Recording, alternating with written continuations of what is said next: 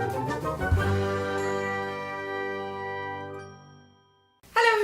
to my channel where learning art is fun. I'm Sarah, and in today's video I'm going to show you how I draw this picture of Kermit the Frog. And if you guess correctly that that's who I will be drawing today based on Tuesday's video, then I will give your name a shout out at the end of this video. And here's a closer look at how Kermit the Frog from the Muppets movie or the Muppet Show turned out. And I'm going to do this video in two parts. So the first part is the drawing of Kermit, which is a step-by-step guide, and the second part is a colouring part. So you can fast forward to that part if you don't want to watch the drawing. But for those of you who do, let's leap right in.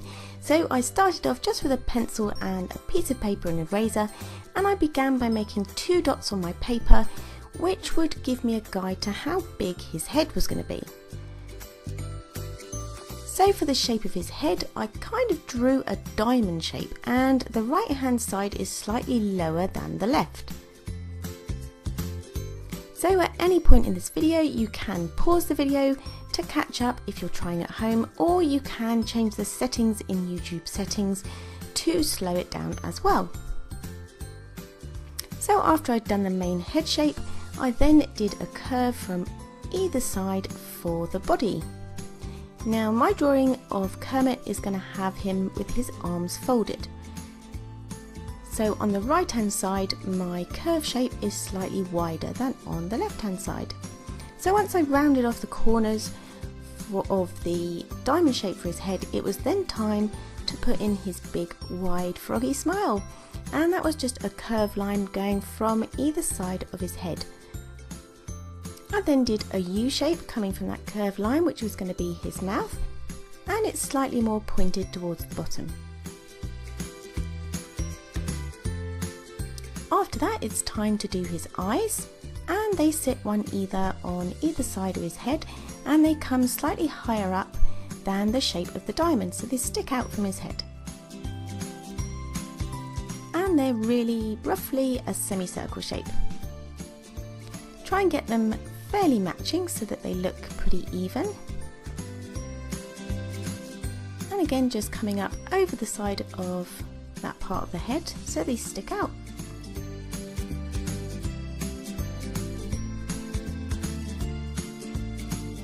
Now for the pupils of his eyes, so the black bits of his eye, I just did a round circle with 2 small sausage shapes coming out from the side. You'll see in a bit more detail when I go and colour him in.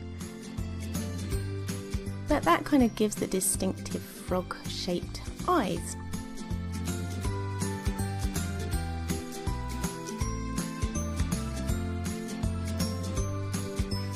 And then for the tongue, I've just done another semicircle underneath the top part of his mouth. So that's the main part of his head done, so now it's time to move on to his body. And for his collar under his neck, I've just done some long triangle shapes.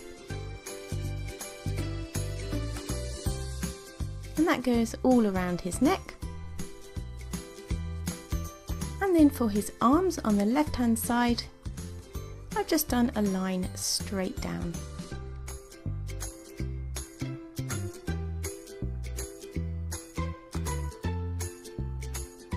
And then coming out from his collar on the other side, the line for his arm is slightly more curved, as you can see that I'm drawing now. So across about halfway down his body, I'm now going to do a wavy line, because it can be a bit tricky to draw folded arms.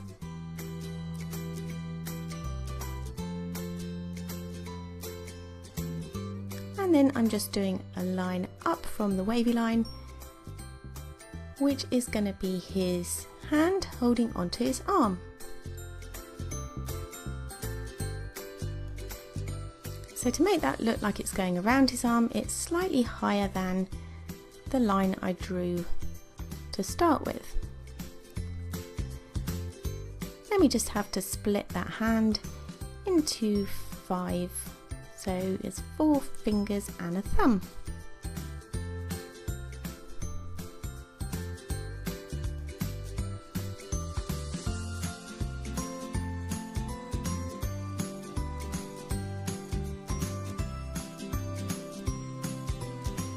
Now it's time to go under his hand and make his other arm, which is tucking in under the arm on the left.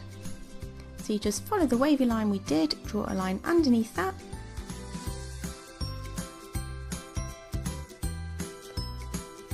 and then do another line underneath going towards his hand to complete his crossed arms. He's got quite skinny arms.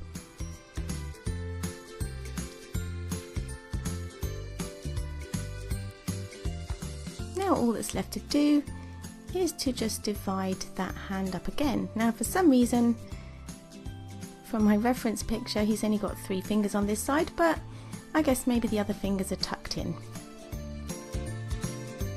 So that's the drawing done. All we need to do now is take our kneaded eraser or blue tack and lift off some of that graphite so that our pencil isn't too dark. So the next part is the colouring in. And for this stage, before I get started, I thought I would show you just how I pick my colours.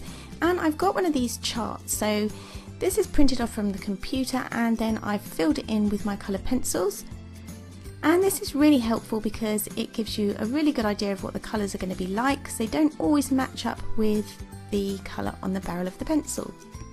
And this is my Derwent fine point sharpener, which is really good at getting a really nice sharp point. Oh, don't cut your finger. And it just pulls out, you stick your pencil in, and it's a manual grind one. So you just manually turn the handle and you get this really nice sharp fine point. So once I've picked all my pencils and my markers that I'm going to use, it was time to start colouring him in. And you can see now with the pupil what I meant when I said the little sausage shapes coming off from the pupil. So a round circle and then 2 little bits coming out from the side make up that distinctive frog-like eye.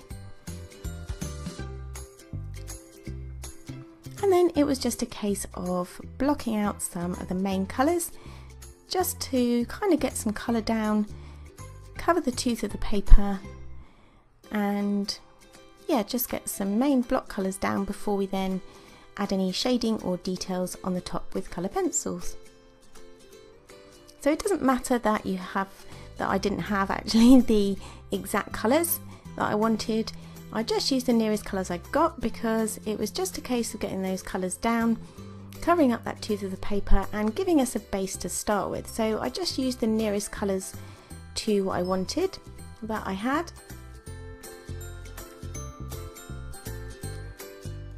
And it doesn't matter either if they're slightly streaky, because again you're going to cover most of it over when you go in with details and shading with the colour pencils.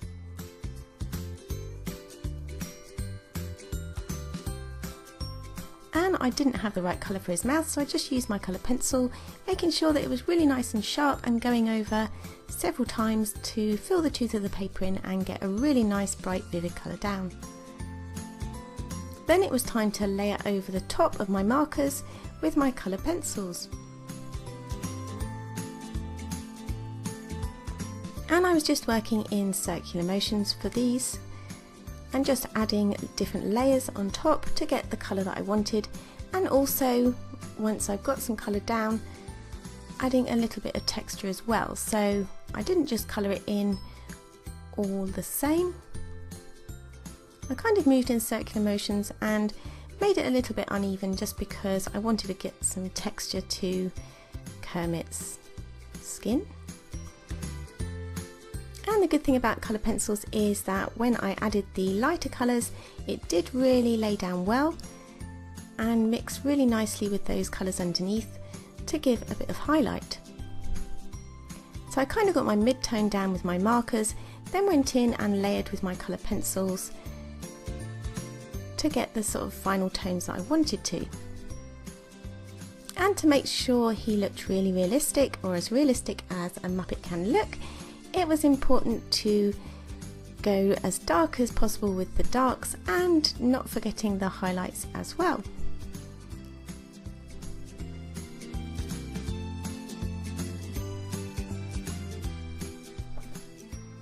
And this piece didn't take too long at all because I'd done him a lot smaller this time. So it probably took me about an hour and a half. But I did really enjoy doing it. It was nice to do Kermit because it's a character that I haven't drawn before and is something that I used to watch on telly when I was little, so he's probably quite old.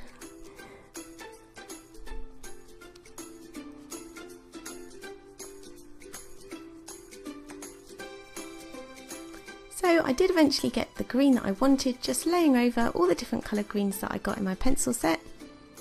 And the more layers that you put on the top, the easier they blend together and the smoother and richer the result.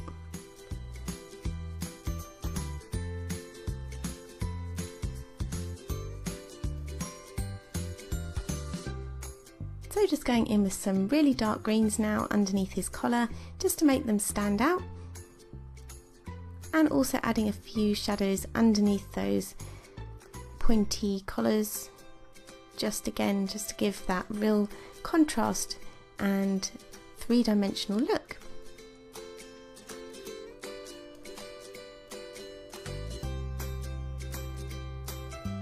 And I tried to get a sort of a mottled effect by kind of stippling the colour and kind of doing lots of little circular movements.